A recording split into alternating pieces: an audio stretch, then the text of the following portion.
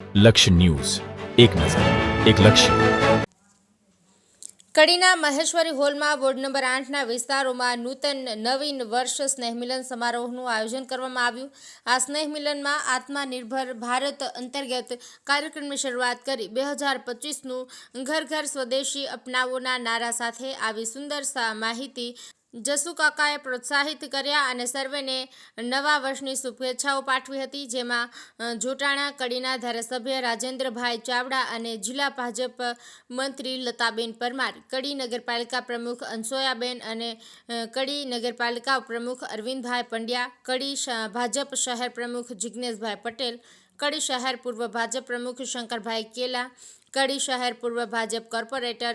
ભરતભાઈ પટેલ સહિત કડી શહેર ભાજપ મહામંત્રી બિપિનભાઈ પટેલ, કડી એપીએમસીના વાઇસ ચેરમેન હિમાંશુભાઈ ખમાર અને કોર્પોરેટર કડી વોર્ડ નંબર 8ના કોર્પોરેટર જસુ કાકા, કોર્પોરેટર દીપાવલીબેન કે પટેલ, કડી શહેર કિસાન મોરચાના પ્રમુખ ભરતભાઈ પટેલ અને કડી શક્તિ કેન્દ્રના પ્રમુખ તેજમલભાઈ રબારી, કડી વોર્ડ નંબર 8 વિસ્તારના ભાઈઓ અને બહેનો તેમજ તમામ હાજર રહ્યા હતા. કાર્યક્રમ સફળ બનાવ્યો હતો અને બિહારનું જ્યારે રિઝલ્ટ સાંભળતા જ ધારાસભ્યોએ ફટાકડા ફોડ્યા અને ધારાસભ્યોએ કહ્યું કે જે કમોસમી વરસાદ પડવાથી ખેડૂતોને થયેલ ખેતીમાં નુકસાની સર્વે કરી તત્કાલ નુકસાની આપવા બાંહેધરી આપી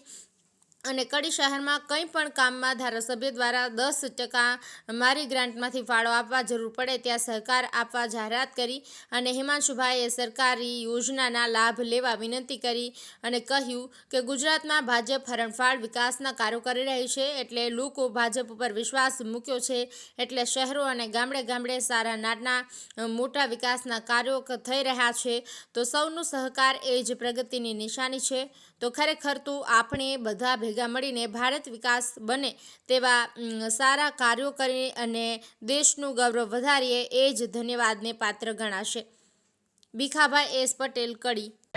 હું લક્ષ્યનું સ્વાગત કરું છું અને ભારતીય જનતા પક્ષ દ્વારા સમગ્ર ગુજરાતની અંદર જિલ્લાની સીટ અને નગરપાલિકાઓની અંદર 3 વોર્ડવાઇઝ એક સ્નેહ મિલન સમારંભ યોજવાનો જે કાર્યક્રમ છે તેના અનુસંધાને આજે કડીના વોર્ડ નંબર 8નો સ્નેહ મિલનનો કાર્યક્રમ યોજવામાં આવ્યો. જેમાં મોટી સંખ્યામાં કાર્યકર્તાઓ અને વોર્ડના નાગરિકો ઉપસ્થિત રહ્યા અને સૌને નવા વર્ષની શુભેચ્છાઓ પાઠવી અને સાથે સાથે આપણા યશસ્વી અને વિશ્વ નેતા એવા માનનીય શ્રી નરેન્દ્રભાઈ મોદી સાહેબે જે સૂત્ર આપ્યું છે હર ઘર સ્વદેશી ઘર ઘર સ્વદેશીના નારાની આપણી સમજમાં આપવામાં આવી અને લોકોને વિદેશી વસ્તુઓ નહીં વાપરતા સ્વદેશી વસ્તુઓ વાપરવા માટેનો જ આગ્રહ કરવામાં આવ્યો. તેમજ આપણો દેશ 2047ની અંદર વિકસિત રાષ્ટ્ર બને અને આત્મનિર્ભર બને તેના માટેની પણ આ સંમેલનની અંદર સૌ સમક્ષ વાત કરવામાં આવી અને આજે વાત કરતાં સૌએ શપથ પણ લીધા અને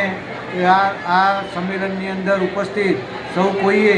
આ સંમેલનમાં ઉપસ્થિત રહી અને માનનીય યશસ્વી વડાપ્રધાન શ્રી નરેન્દ્રભાઈ મોદી સાહેબને સાથ અને સહકાર આપવાની અપીલ પણ કરવામાં આવી. તેમજ હમણાં થયેલ માવઠું કે જેના પાકની અંદર જે નુકસાની થયું તો એનું વળતર પણ આપણે ભૂપેન્દ્રભાઈ સાહેબની સરકારે જે 10,000 કરોડ રૂપિયાનું જે વળતર જાહેર કર્યું છે તેનું પણ અહીંયા વાત કરવામાં આવી અને ખેડૂતોને તેમના ખાતાની અંદર નુકસાનીનું વળતર મળી રહે તેના માટે ફોર્મ ભરવાની પણ આપણે વાત કરી. તો આ રીતે આજનો આ સ્નેહ મિલન કાર્યક્રમ અહીંયા પૂર્ણ કરવામાં આવ્યો. જય હિન્દ.